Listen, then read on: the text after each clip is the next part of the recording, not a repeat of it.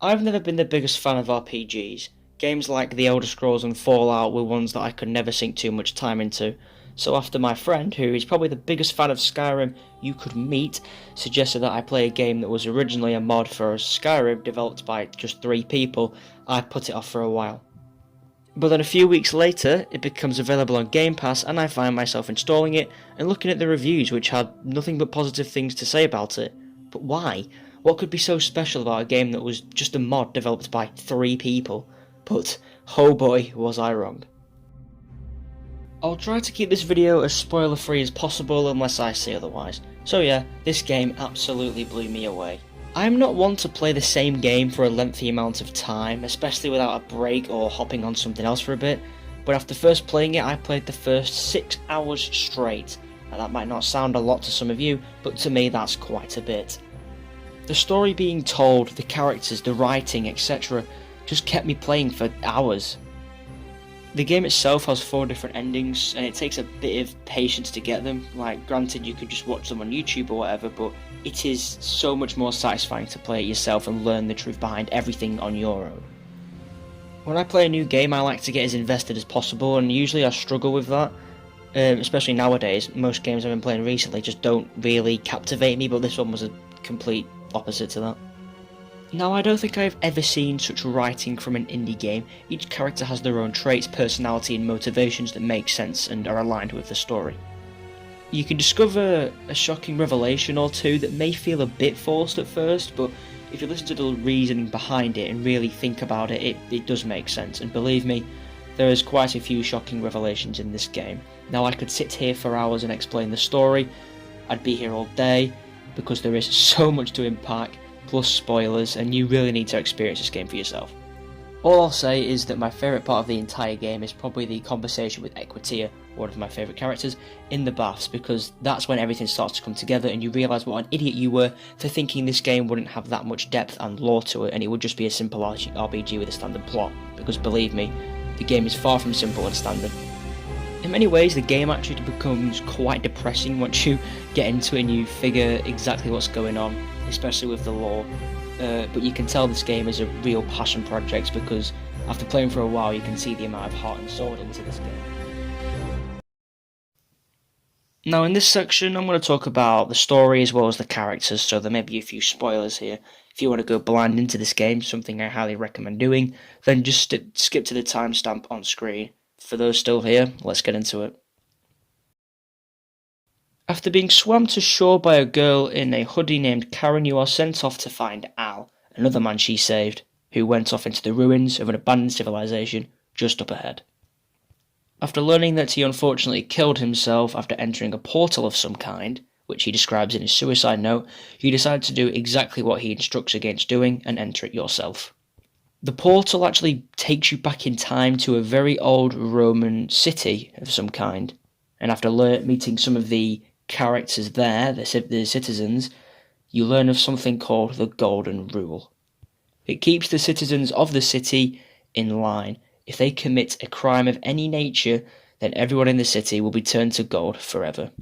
In the future that you are from, by the way, the Golden Rule was actually broken, so it is your main goal to figure out who did it and exactly why, so you can stop them. But every time the rule is broken in-game, the day resets. It's basically a Roman Groundhog Day, to put it plainly. And if you are jumping in blind, then chances are the rule will be broken a fair few times. I think I went through about 11 days worth before I managed to finish it for the first time. So now the introduction is out of the way, let's talk about some of the characters. After entering the portal for the first time, you meet a man named Galerius, a very friendly and heartwarming guy who can basically be your busy mate if you play your cards right, and you bet your ass I befriended him every time the day reset.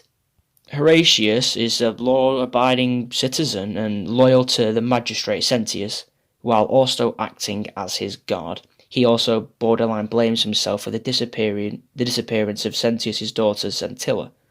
So now let's talk about Sentius real quick. He is the magistrate of the city, which basically means he just runs the law in the city. He is the one who actually brought you from the future to stop the Golden Rule from being broken. He's very focused on figuring out who breaks it in the future, and all I can say is there's more to Sentius than meets the eye. Equitia is already quite helpful due to her role as a priestess, so you can befriend her pretty quickly and ask pretty much anything. She plays a huge role in discovering the truth behind the city. I know that I keep referring it as the city, but as far as I'm aware, it's never given a name, unfortunately. Anyway, back to Equitia. She opens up about her experience when you meet her in the baths, as she's been studying for a while about the city itself. She actually has her suspicions about what's been going on, and she came to the conclusion that the city itself was the underworld. She also figures out that Karen, the hooded girl that saved you from the beginning, is actually named Chiron, or is it Charon? Something like that. She actually saved everyone who entered the city, as she meets each person before they go to the city themselves. And depending where that person that she saved is from, she appears to them how their culture is, if you know what that means. So we're from modern times, so she wore a hoodie and went by the name Karen, whereas when she appeared before Kabash, she wore an Indian headdress. I understand it's a lot to take in, but if you play this game patiently, it's a lot easier to wrap your head around than me explaining it, because I'm probably doing a pretty bad job, all things considered. But moving on to the next character, next one I want to talk about is Virgil. He spends the majority of the game being threatened by an unknown person because he has a preference for men. The poor guy gets graffiti on his walls and everything, even threatening letters. But after a bit of detective work, you find out that Rufus, a man who roams the streets and is quite the asshole until you give him willow bark to treat his rheumatism, to cheer him up. After telling him that you figured out that the threats to Virgil were from him, he actually admits what he did was wrong, and his apology seems quite genuine. Ulpius is another one of the good characters. He is hell-bent on committing suicide since he loved Centilla, and she went missing, unfortunately, like I mentioned before, and ever since then it's all been downhill for him. He formed a pact with and befriended Lulia, a girl just like him is in debt to a man called Malleus. She tries to escape the city after paying for a so-called way out from the city bar owner. She was told if she drank a substance given to her she would be able to escape, however it was poison and she unfortunately dies. That is, of course, unless you save her with the antidote you have to steal, which, if you do that, will break the golden rule. Another issue with this game, if I'm talking about it like I am now, if I introduce one character, I then have to introduce another, which means this is going to go on even longer, but just bear with me. About this Malleus fellow, he is in the running to become the new magistrate, however you can force him to drop out of the election if you manage to reveal his true name, which is Quintius. And now time for the plot to thicken even more. It is revealed that he actually caused a fire in Rome a few years ago. I say a few years ago, it's quite a while back considering, which forced most of the characters in the city that you meet now to flee into the river, and then they were saved by Chiron and brought here. I think you can see where this is going now. Anyway, if you blackmail Quintius into dropping out of the election and free all of those in debt to him, you could also stop Ulpius from killing himself, and if you have saved Lulia in the past with the antidote, then that's just a good thing, really, because it means her and Ulpius meet up once again and they can live their lives, for the few minutes anyway. When you do that, it's a step towards getting the canon ending, but to get that ending you have to do every single quest available, and I'm not going to do that, I've said enough already. If you think all of this is deep, and it just keeps coming, that's just scratching the surface for this game. The canon ending goes so hard as well, it's one of the best and deepest endings I've seen in the game for a while. Also, those aren't even all the characters in the Forgotten City, not even close, but those are the ones that I'd consider to be the best, and it just goes to show how much depth is in this game. And also, it also goes to show how just good the writing is, because every character in it, their arcs and plot development, they all intertwine with each other's, really. And like I said, I've not mentioned all the characters nor all the quests, but you get the idea, I'm sure. Overall, The Forgotten City is an absolute marvel and one of the most surprising games I have ever played. It's a true brilliance in storytelling that uses all of its characters incredibly well, not to mention the S-tier writing the game has. I really hope that Modern Storyteller continue to make games like this, because I'll be absolutely all over them when they launch. The Forgotten City is quite like a Telltale game in many respects, except it's 10 times better, because the decisions you make actually impacts the story quite heavily. And also there's just a lot more to do in it in general, to be fair.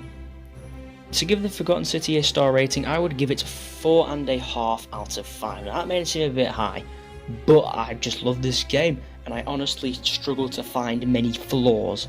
If I was pressured into finding one, I would say maybe the combat is quite weak, like it's not exactly Bloodborne, but frankly, it didn't need to be. Also, another issue with the game I'd say is the length. Like, if you know what you're doing, even if you don't know what you're doing, you just kind of go in there and you want to complete it quite quickly, then you probably can do. I think to get all 4 endings, for me, it took me about, I want to say about 7-8 hours, which to get four different endings is quite short, really. But I have no real issues with these flaws that I've mentioned, because the game itself did exactly what it set out to do. It's a simply masterful game, and we've had some pretty good games this year, and I'd say that this is one of them. In terms of the best, that is.